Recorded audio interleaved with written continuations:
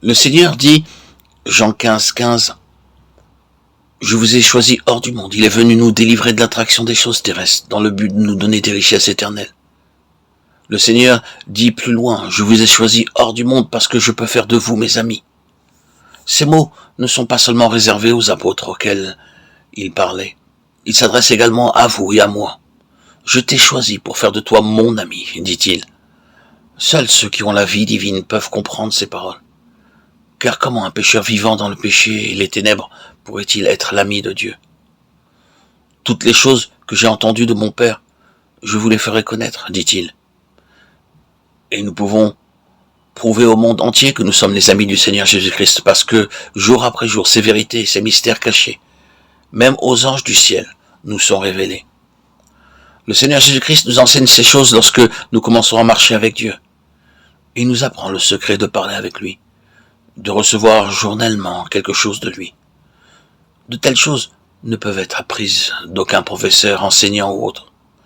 Dans Matthieu 11, 25 et 16, 17, il nous est parlé d'un homme qui a été pendant 3 ans avec le Seigneur Jésus-Christ, qui a vu de nombreux miracles, qu'il a entendu prêcher, qui pouvait dire hardiment « Je connais tout de lui parce que j'ai été avec lui, parlant avec lui, mangeant avec lui, dormant avec lui. » Mais le Seigneur Jésus-Christ lui dit « Simon, tu connais ces choses non à cause de la chair ou du sang, mais par mon Père céleste qui t'a révélé cela. » Lorsque la vie même de Dieu vient en vous, vous pouvez dire « Maintenant je connais le Seigneur parce que sa vie même coule en moi,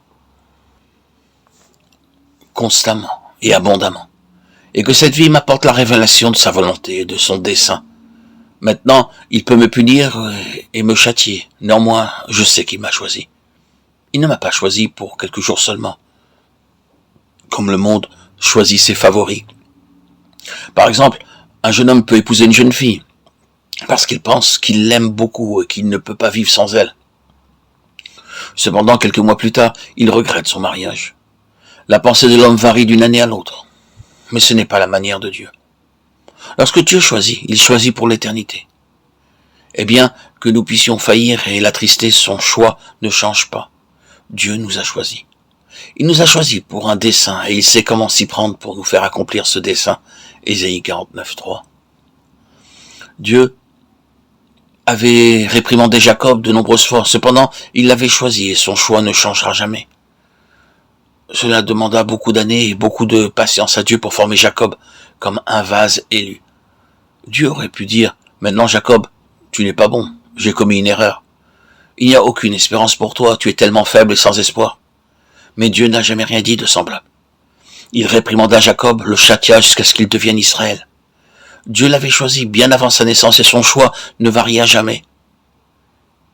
Qui que vous puissiez être, et bien que vous apportiez un témoignage sans espoir à votre entourage, bien que votre père, votre mère aient pu dire devant vos amis qu'il n'y a aucun espoir pour vous, qu'ils pensent que vous êtes sans valeur, entièrement inutile. Cependant, Dieu ne vous rejettera pas. Si vous êtes un véritable croyant, il vous dit encore, mon enfant, je t'ai choisi, bien que tu m'aies affligé, que tu aies failli, néanmoins, je t'ai choisi.